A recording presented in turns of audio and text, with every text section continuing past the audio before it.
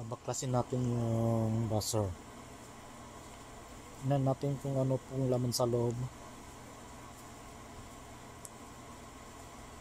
I-check ko muna kung paano ito baklasin.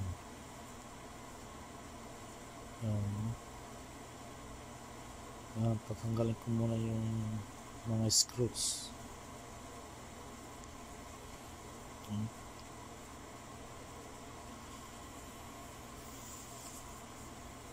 Screw.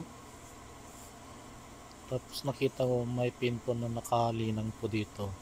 Kailangan pong linangin para matanggal po.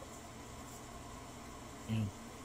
Inangat ko yung pinakapin na nailinang.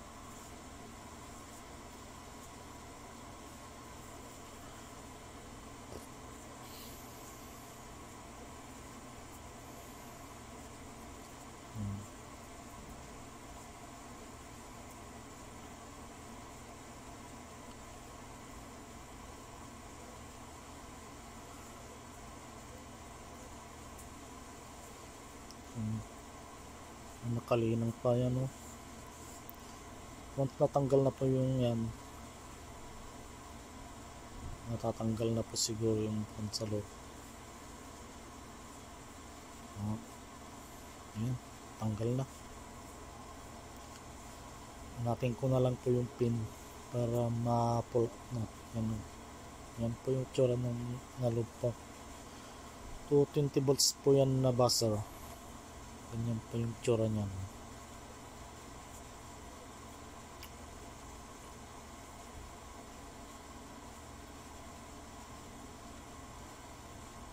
Simple lang yung design na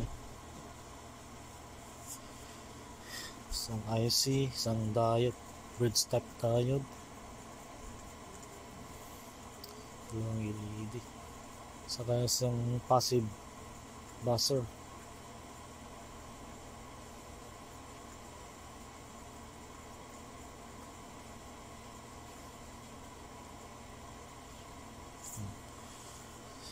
Pan-checking series po yung LED tapos buzzer.